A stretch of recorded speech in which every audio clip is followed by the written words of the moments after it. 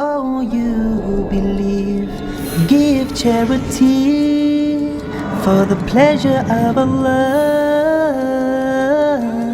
the pleasure of Allah.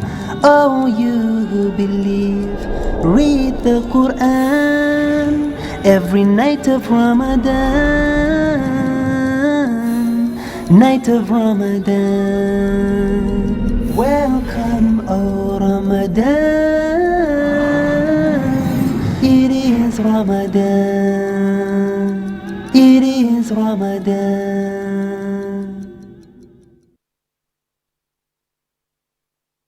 Dear brothers and sisters in Islam and humanity, Assalamu alaikum wa rahmatullahi wa barakatuh. May peace, mercy and blessings of Allah subhanahu wa ta'ala be on all of you. Welcome to the show, Ramadan, a date with Dr. Zakir. I am your host, Yusuf Chambers, and today we will be discussing the topic benefits of fasting. Dr. Zakir, once again, I greet you with salams. Assalamu alaikum wa rahmatullahi wa barakatuh. Wa alaikum assalam wa rahmatullahi wa barakatuh. The benefits of fasting, Dr. Zakir. In the previous episode, we discussed the objectives of fasting, and within the objectives of fasting, we mentioned the spiritual, religious benefits. Are there any other benefits that you need to tell the audience about? Alhamdulillah, wassalatu wassalam ala rasulillah wa ala alihi wa sahbihi ajmain, amma ba'd. A'udhu billahi minash shaitanir rajim, bismillahir rahmanir rahim, rabbi shrah li sadri wa yassir li amri wahlul 'uqdatam min lisani yafqahu qawli. As far as benefits, besides religious and spiritual benefits, there are various benefits of fasting, and as you rightly mentioned in the last interview discussed about religious and spiritual, there are other benefits which can be categorized into three different categories. Physical benefits of fasting, there are psychological benefits of fasting, as well as there are social benefits of fasting. I see. Let's move on to the first category, the physical benefits. What exactly are the physical benefits of fasting? Since fasting mainly involves in abstaining from food, drink and sex from dawn up to sunset, here we realize that the stomach is the main organ of the body which has the maximum diseases, maximum ailments. That's why beloved Prophet Muhammad said, it's mentioned in Ibn Majah, volume number 4, hadith number 3349, our beloved Prophet said that there is nothing better that a son of Adam can fill in the container with more evils than the stomach. It is sufficient for a man to be on his feet with a few morsels. But if he has to eat more, he can divide the stomach into three parts. 1/3 for the food, 1/3 for the drink, and 1/3 for his breath, or 1/3 for the air.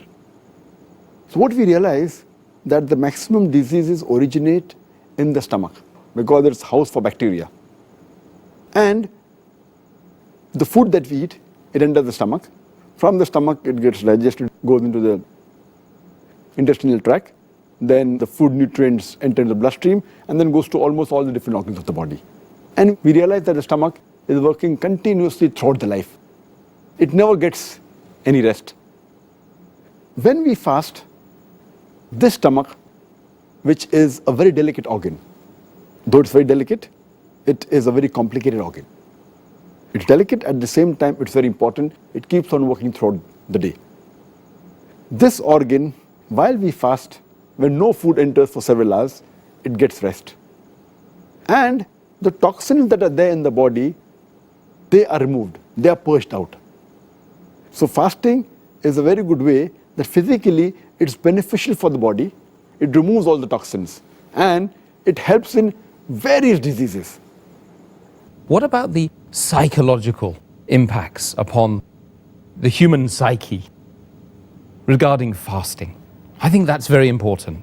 As far as the psychological dimension is concerned, fasting helps in patience, forbearance, and perseverance. It helps a person to increase his self-control, his self-worth. It helps him to increase the self-reflexivity. Also, the self-training and discipline is improved. The main psychological benefit of fasting is the increase in patience and perseverance. And it can make a person who says, I cannot do, it can make him say, I can do.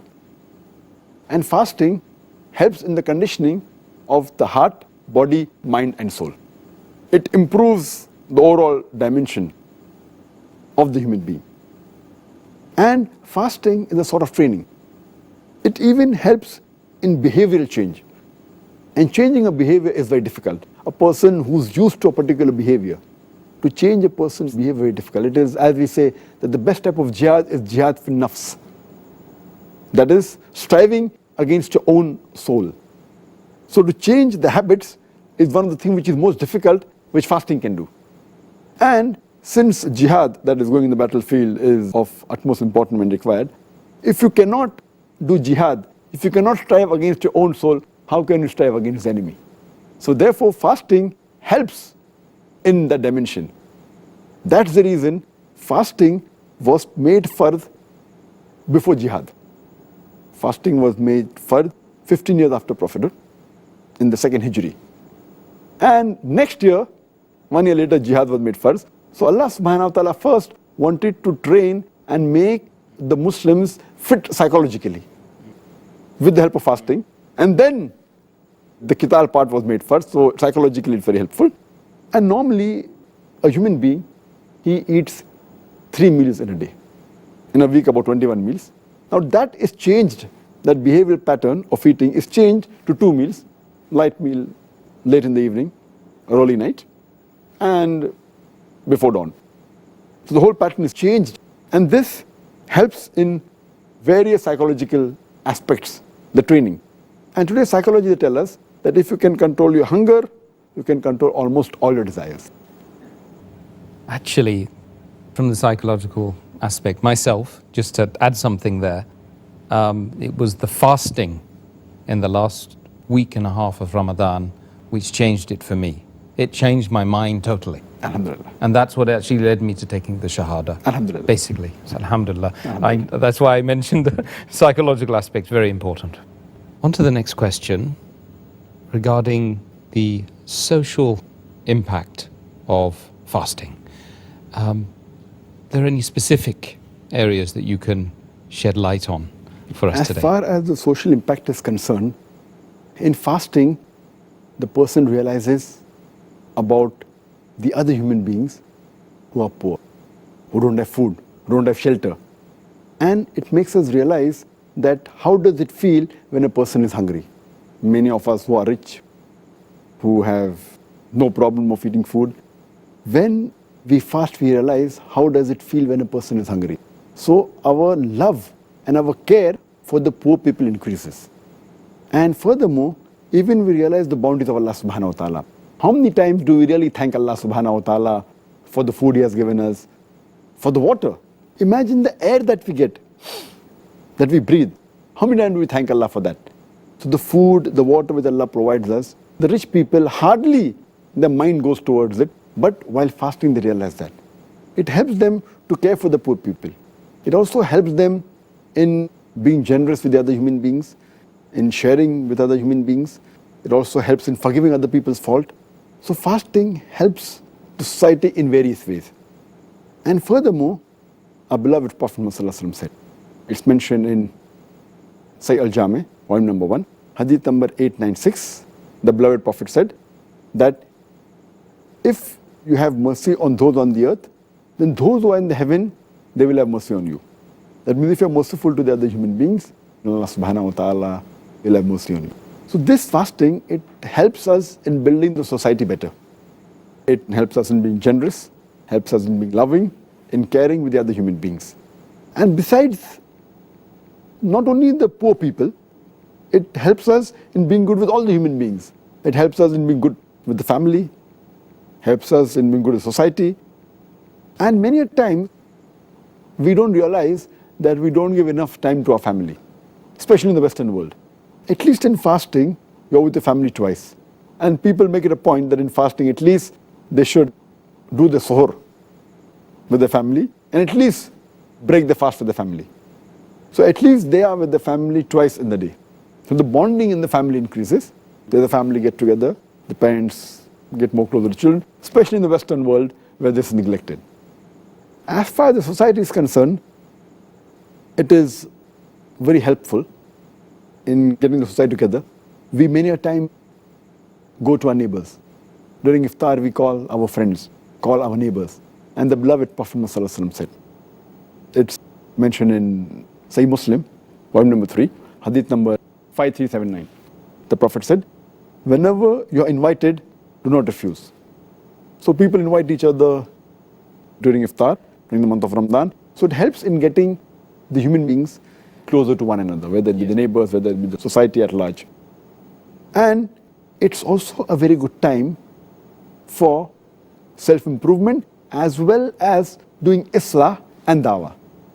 We meet people in the mosque. Many people who don't go to the mosque in the month of Ramadan, they come to the mosque. We meet them, we can chat with them, we go for Taraweeh.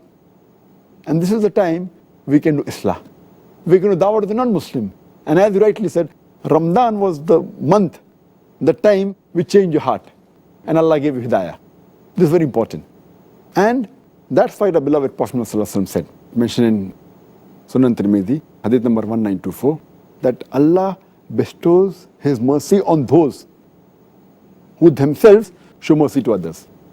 Again, a Prophet says, and he continues in the hadith, that if you are merciful, the merciful will show mercy on you.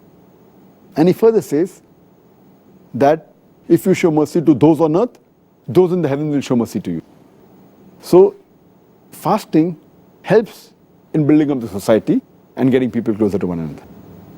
Jazakallah khair, Dr. Zakir. Let's move on to the next question. I want to come back to some of the points you were mentioning under the physical changes and benefits of the fast. What are the medical implications of fasting? There are innumerable medical benefits when a person fasts. I'll just mention a few of them. It organizes the heartbeat and relaxes it. It reduces the pressure on the heart arteries, and it reduces the fat, the cholesterol, as well as the acids. It releases the pressure on the liver. Fasting also decreases the secretion of the digestive glands, which normally causes ulcer. There are less chances of having kidney stones when a person fasts. Fasting is also helpful in non-insulin dependent diabetes. And fasting is also helpful in reducing the weight. Fasting as a whole, it is beneficial for the whole digestive system as well as central nervous system. Fasting helps in removing the toxins from the body. Fasting increases the immunity of the body. Fasting also reverses the aging process. It increases the longevity, lifespan of a human being. Fasting also helps in creation of more of T cells, which are known as killer cells. And fasting as a whole, it rejuvenates and overhauls the complete body. And there are various diseases which are helped when a person fasts. For example, a person who's suffering from certain diseases, and if a person fasts, it's helpful for him. For example, in cardiovascular diseases, if a person is suffering from asthma, from arthritis, from digestive disorders, if he's suffering from lupus, from skin disorders, if he's suffering from non-insulin dependent diabetes, there are various, the list can go on and go on. And it is even helpful in removing a person who's addicted to things which are haram, and even medically they aren't good. For example, smoking, or a person who is an alcoholic, or a person who's a chain smoker. Fasting helps him in breaking this wrong habit and addiction. Let's move on to the next question. relates to the science behind the benefits of fasting. There are some people, and I want to know whether they're right or not, who say that fasting actually has some harmful effects on a person, psychological, social, physical, etc. Is that correct? Several researches have been done by many scientists as far as fasting is concerned, and what effect does it have in various aspects of the human body. And scientists will tell us that when a person takes in food, it increases the metabolism of the body. When the food intake is reduced, or when a person fasts, the body metabolism rate goes down by about 22%. And if you fast continuously for several days or for a month, then this stabilizes at a lower rate. So the body metabolism rate is reduced by fasting. Further, there was research done on various groups of male and female Muslims who had fasted, and it showed that there was a slight reduction in the body weight, but there was an increase in the glucose level. As far as all the other things are concerned, it remained constant, whether it was the testosterone or the cortisol, whether it was sodium, potassium, urea, whether it was cholesterol, whether it was HDL, high density lipoprotein, whether it was LDL, low density lipoprotein, whether it was TG, the triglyceride, all these, the body level, they remained the same. The fasting did not have any effect on them, except it increased the glucose level and there was a slight reduction in weight. When another research was conducted in Iran, where some men fasted for about 17 hours, for about 30 days in the month of Ramadan, it showed that it had no effect on the male reproductive hormone, on the testosterone. And it had no effect on the HPTA as well as on the thyroid hormones. There were several researches conducted. There was also a study made which was called as increase in oxidation in the month of Ramadan on healthy women, away from maintaining the weight maintenance. And it showed that during fasting, there was no change as far as the physiology of the body was concerned. The weight was same and all the functions were the same. Fasting increases the fat oxidation and decreases the carbohydrate oxidation. And we have to realize that we have to let the physicians of the Western world, they should know that they should note the levels of bilirubin and glucose while fasting. There were further studies conducted that fasting increases the mucosa developed B lymphocyte cell responsiveness, but did not show a change in the B lymphocyte responsiveness of the rheumatoid arthritis and the health volunteers. But in fasting, it increased the longevity of the life, increases the lifespan. There were many researches conducted in animals, it increases lifespan. Further research was conducted on the lactating women. When they fasted, the fasting did not increase or decrease. There was no change in the milk volume as well as the content of the milk. The glucose level was the same, the fat concentration was the same, the lactose content was the same. There was no change per se as far as the lactating mothers were concerned. There were researches done regarding fasting's effect on menstruating women as well as the reproductive cycle. And when the research was done, there was no change whatsoever. There wasn't any change in the menstrual cycle in fasting, or there was no negative effect, no positive effect. So it is wrong to say that fasting has an ill effect. There are many benefits which we discussed earlier. But there are certain positive points that fasting has helped in certain diseases. For example, rheumatoid arthritis, osteoarthritis, it helps. And what we realized that when researches were done, that on animals, when they are sick, they don't prefer having any food. Same thing with the children. When children get sick, they don't prefer having food. It is the family members who force them to have food. And research has shown that when food is taken when a person is sick, it prevents him from getting well early. It hampers the immune system. So when a person fasts when he's seriously ill, it helps him to recover faster. That's the reason now we find that there are many treatments which include fasting for various diseases which are followed by the Western world. Because when a person fasts, his body gets rest and the toxins are removed from the body, so it helps him to recover faster. And fasting is also good to change the behavioral pattern. And if a person is addicted or a person is alcoholic, as I mentioned earlier, or is a chain smoker, if he fasts, it's a good point that he can stop it throughout his life. And people who are habituated to things like tea, coffee, junk food, when they fast and they stay away from it, when the taste buds they don't have for the full month, the taste buds don't crave for that, and when they have healthy food, they start liking it. So it's a good time to stay away from junk food. If you can do it for 1 month, you can do it throughout your life. Yes. And there are certain diseases. For example, insulin-dependent diabetes. A person who's suffering from insulin-dependent diabetes, he should not fast because he has ketosis. Normally, the ketones are used as a source of energy. But if a person has insulin-dependent diabetes, he is unable to use this. So therefore, a person who has insulin-dependent diabetes, he should not fast. But naturally, if he takes insulin and fasts and with the medical advice, it's fine. But the other type of diabetes, which is more common, non-insulin dependent diabetes, fasting is helpful for that. And as I mentioned earlier, it's helpful in various diseases like cardiovascular disease, asthma, arthritis, digestive tract diseases, in lupus, in skin disease. You can name a list of diseases in which fasting is of great benefit.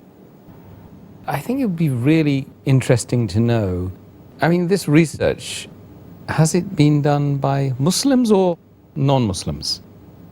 These researches have been done by both Muslims and non-Muslims. And there are hundreds of non-Muslim scientists who have done research on fasting. So it's not only the Muslims. More of the non-Muslims do research on fasting.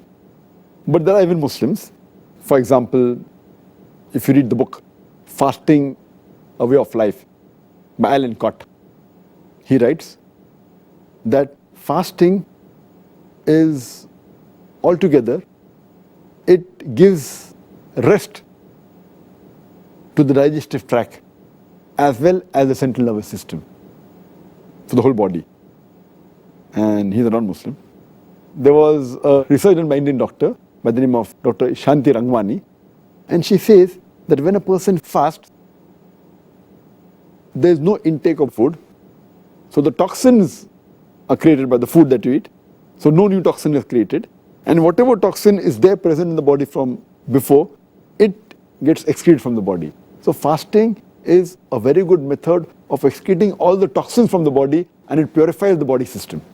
It was done by a non-Muslim. The research is done even by Muslim. The research done by Dr. Suleiman in the University Hospital in Amman in Jordan. And he did a research on a group of men and women. There were 42 men and 26 women. And the research was done that they fasted, and the changes in the body was noted. And they found out that there was a slight reduction in weight. And there was an increase in the glucose level. But as far as the other components are concerned, testosterone, cortisol, sodium, potassium, urea, all of them remained the same. There was no change as per in the body content, except the glucose level increase and the reduction in the weight of the human being. There were several researches done by non-Muslims. There was a group of non-Muslim scientists who did research in Africa in areas where there was famine. And they realized that people, when they did research, that people who were starving because of famine, and they lived in the same refugee camp, some people who had food and some people who were starving. But those who were starving, they had less chances of having tuberculosis as well as malaria. So fasting increased the defense mechanism against tuberculosis and malaria. So it's Allah's mercy, alhamdulillah. Can you believe? Because they were starving, it prevented them from having tuberculosis as well as malaria. Allahu Akbar. There were researches done by non-Muslims which show that fasting increases the longevity, increases the lifespan, and it has a reversal on the aging process. There was research done by a Muslim scientist by the name of Dr. Osama Kandil in the Harvard University. Muslim, but in a non-Muslim country, non-Muslim university. And he did a research on patients suffering from cancer.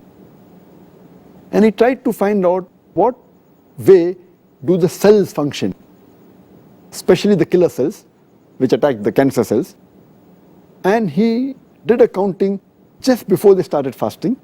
And then he again did a counting on the 21st day of Ramadan, then 28th day of Ramadan. And he found that there was a marked difference. After 21 days and 28 days, the number of cells, the killer cells, they increased. And these cells, they attack the cancer cells.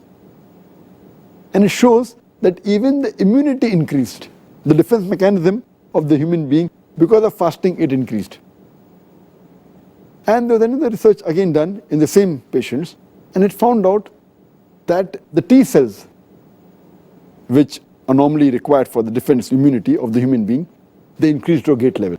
And T cells are mainly responsible when anyone has a disease. They are mainly the soldiers, or they are called the Major General of the army that you have.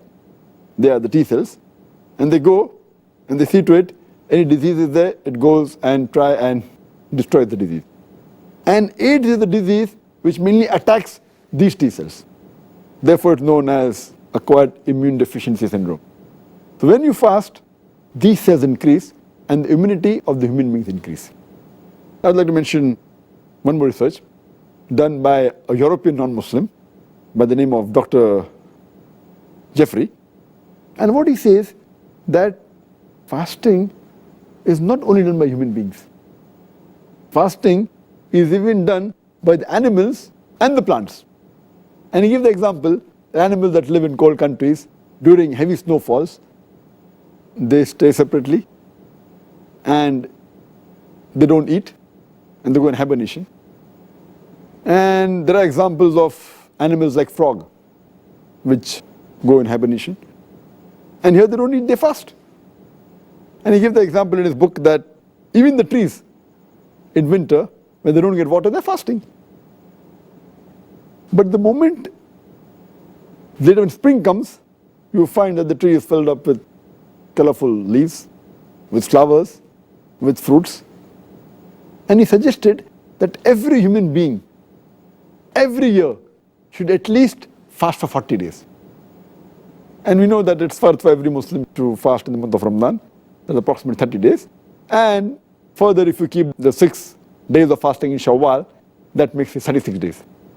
So Allah subhanahu wa ta'ala and our Prophet has already given us this guidance which the non-Muslim European has given us recently. So there are many researches done by non-Muslims on fasting, and it's very beneficial for the human body.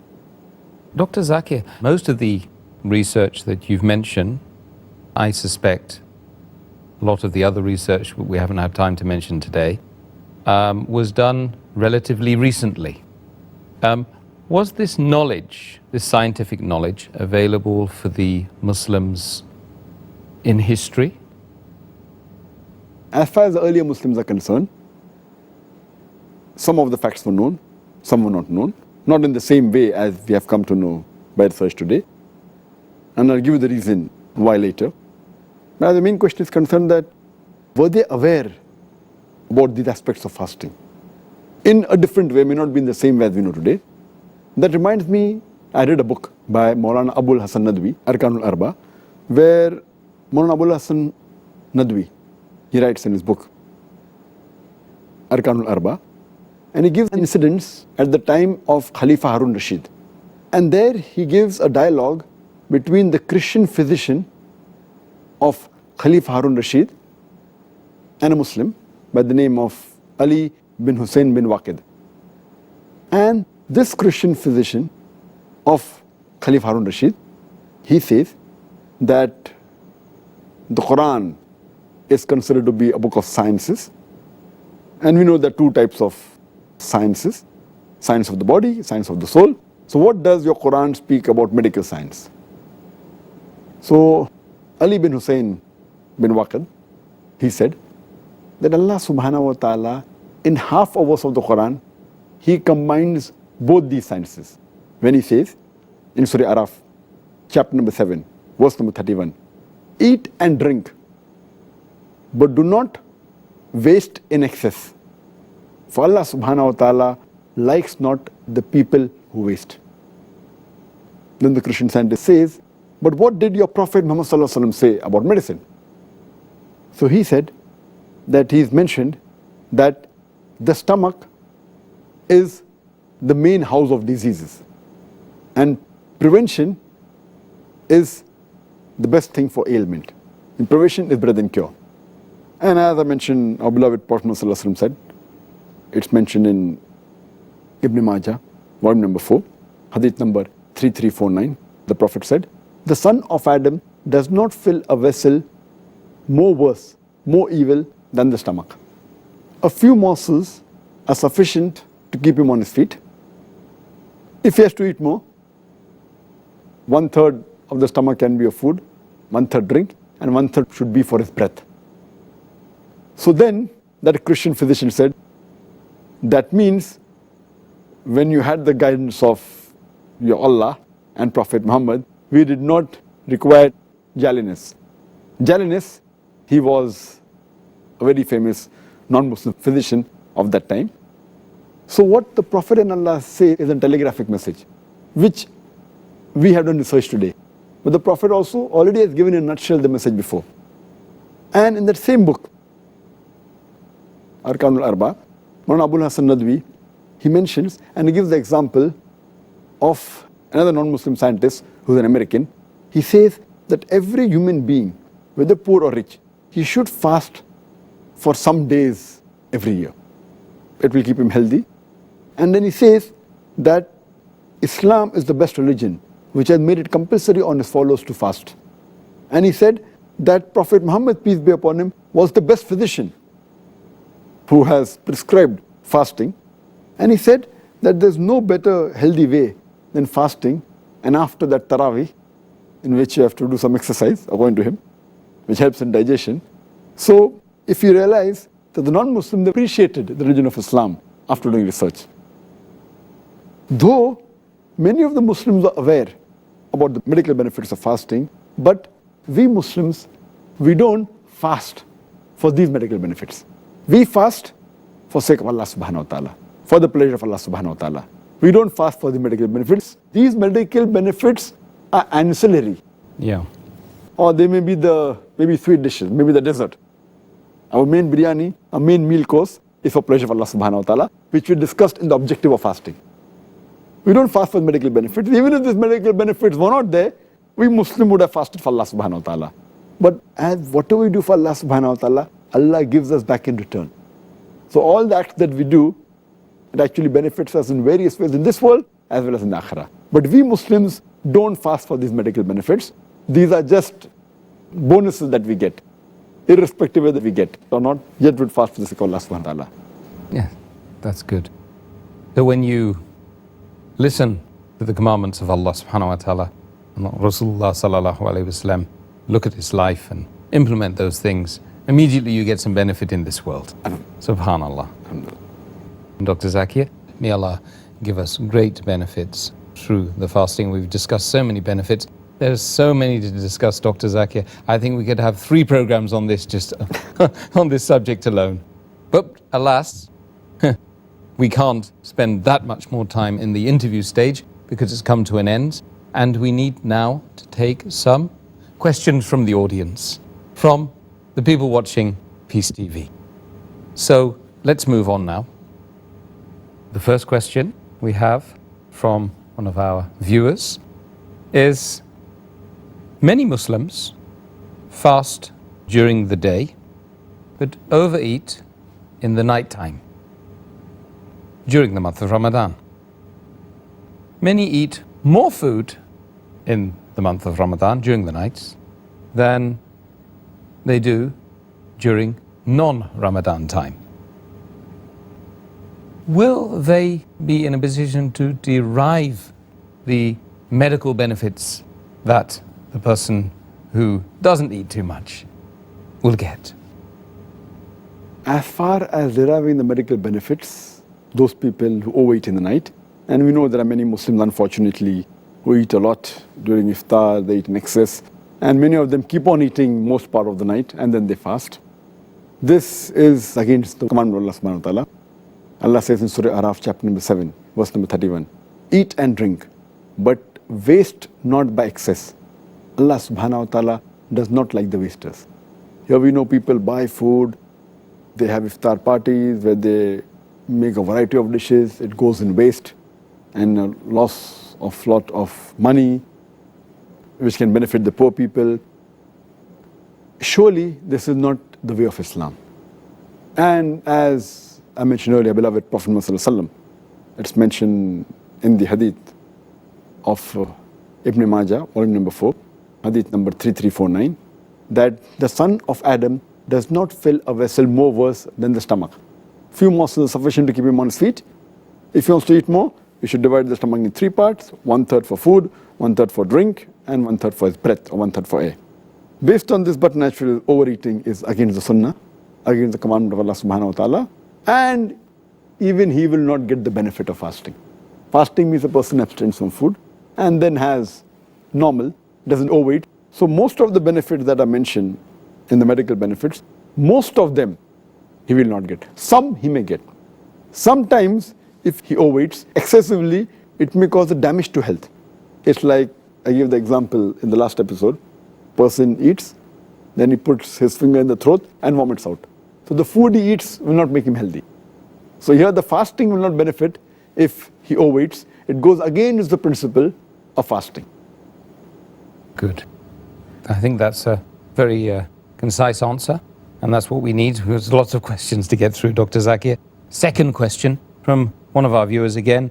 If a Muslim fasts with an intention of reducing his or her weight or dieting, will he get the reward of fasting, he or she?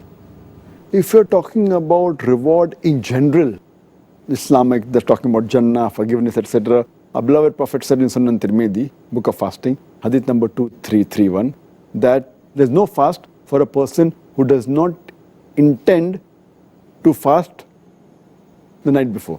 Intention is a must. Intention means for the sake of Allah subhanahu wa ta'ala, for the pleasure of Allah subhanahu wa ta'ala. A person who doesn't have this intention, surely he will not get the religious benefits. He will not get the spiritual benefits. The reason why we fast, that is taqwa, what we discussed in the last episode. As far as the other medical benefits the person does for dieting, or if he does for weight loss, he may get those benefits. Like there are people who fast maybe for political reason, people do hunger strike, people, they fast for a pressure. Some people fast, as we mentioned, for weight loss, for dieting. So that part of the medical benefit they may get, but not the benefit completely of Islam. And as Allah says in the Quran, in Surah Hud, chapter number 11, verse number 15 and 16, anyone who does any deeds for this world, Allah will give him the reward without diminishing for this world. But he will have no reward in the hereafter, except for hellfire. And he's really, the person who does such deed is really misguided. So fasting only for weight loss, dieting is just, it is penny wise, pound foolish. What I've realized that we have to mainly fast for the sake of Allah subhanahu wa ta'ala. Then we get the overall benefit. Okay, I'd prefer to be a little bit fat and then, but go to paradise actually, wouldn't you? Okay. No, you can become thin and yet go to paradise. Yes. If you fast the complete right way, like the sunnah of the Prophet Muhammad. Absolutely. Muhammad wasn't fat. Alhamdulillah. Yes, I get your point, Dr. Zakir. Next question. The Prophet Muhammad sallallahu alaihi wasallam, we've heard in previous episodes of the series, used to break fast with the dates, and it's therefore highly recommended to break fast with the date. Can you inform us about the medical benefits of dates? Dates is a wholesome food. Dates contain high level of carbohydrates, 44 to 88%, it has a low fat content, 0.2 to 0.5%. There are about 15 minerals and salts in dates, about 6 vitamins. The protein level is 2.3 to 5.6%. It has a high fiber content, 6.4 to 11.5%, depending upon the different types of dates. And if you realize that because of the high carbohydrate content, it is a very good source of energy. The moment you have date, immediately it gives you energy. It is far better than any other, whether you have the glucose powder, etc. The date gives instant energy. And a person can survive only on dates and water for days and months together. And our Prophet Muhammad, there used to be no food for days and weeks together in his house, and he used to survive only on date and water, sometime on date and camel milk. So date is a wholesome food. The fat content, it doesn't increase the weight, hardly any. So there's no risk a person who's afraid, oh, the weight will increase. That's not there. As far as the minerals are concerned, it contains about 15 different minerals. It even contains fluoride, which prevents the tooth decay. It contains selenium, which fights against cancer and increases the immune system of the human body. It contains about 6 vitamins, though to a less degree, less content. It contains vitamin C, vitamin B1, vitamin B2, niacin. It contains vitamin A. It has proteins which have 23 different amino acids. And this fruit date has amino acids which are not contained in other fruits which normally people have. It's not present in apple, oranges, banana, but it is there in the date. And date also has a very high content of fiber. It's a fibrous diet. So it's good for digestion. When you have date, the digestion gets cleared. It can cure constipation and the digestive system is clear. It has various benefits and it is a wholesome food. And we realize that alhamdulillah, in the last 40 years, the production of date has increased by 2.9 times. And the population of the world has increased twice. So the date population is much more than the population of the human beings because it's very wholesome food and instant energy. Next question. Somebody wants to know, how does fasting differ from anorexia? Anorexia by definition means loss of appetite. It's a medical word used for loss of appetite. And many a time this happens in certain people, those who are dieting. It's common in young ladies. It's a sort of a disease that those who diet, they abstain from food and then that becomes the habit and they don't want to have anything. And sometimes they may go into anorexia nervosa. That's a psychological disorder that they fear eating, thinking that if they eat, they will increase weight, and that becomes a psychological disorder. So anorexia is nothing but loss of appetite, and dieting is not preferred because most of the people that diet, the moment they come off the diet, they either go into anorexia nervosa, that's a psychological disorder which I mentioned, which they fear eating anything, increase of weight, and then they lose weight, the health goes down, or they go into a binge of overeating, bulimic, they eat excessive food. And there were several researches conducted on this, including in Michigan in 1995, where about 557 young ladies enrolled in the university, out of which 86% were dieting. Only 2% of them, they used to eat excessively. But in 6 months' time, 19% added into the bulimic category. They start eating more. Because the moment you stop dieting, you tend to eat excessively and become more fat. Or you go vice versa on the other side, anorexia nervosa, where you don't eat at all and that damages your body. SubhanAllah. Well, Allah help us not to get into that. Next question. What is the scientific difference between fasting and starvation? Fasting scientifically starts somewhere close to within 12 hours to up to 24 hours. And when the carbohydrate reserves of the body are used as a source of energy, it's called as fasting. Moment it starts after maybe a few hours, initially the food is utilized. When the food intake reduces and when the carbohydrate reserves of the body is used for energy source, it's called as fasting. But after the carbohydrate source in the body depletes, gets completely used up, then the protein is used. When protein is used as a source of energy, it's called as starvation. Then you find that the muscle mass keeps on reducing, the person becomes thin, and it becomes unhealthy. Scientifically, when the carbohydrate source gets depleted and the protein source is used, it's called as starvation, which is not good for the body at all. Fasting is healthy for the body, starvation is unhealthy. Well, Jazakallah khair once again, Dr. Zakir. And we've heard many benefits of fasting tonight. And I hope and I pray Allah subhanahu wa ta'ala enables us to take those benefits and the instructions you've given tonight and utilize them during this wonderful month of fasting. Jazakallah khair. Dear brothers and sisters, may Allah subhanahu wa ta'ala bestow benefits for the whole of this month regarding the fasting, especially as now you've got no excuse because you've heard all the medical raison d'etres and all the spiritual, religious, physical, psychological, medical reasons. You've got absolutely no excuse. So please take benefit of Dr. Zakir Naik's advice in this show and in the preceding shows.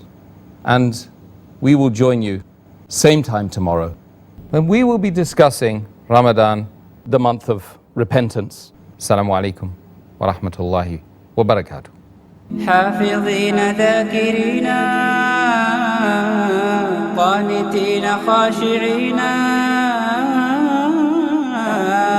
ذاكرين قانتين خاشعين مسلمين مؤمنين للإله عابدين شهرنا صوم وعتق وقنوت فيه صدق يومنا صبر ورفق بدموع البائسين رمضان قد أهل بالصيام وأطل مسعدا أهلا وخلا ليته في كل حين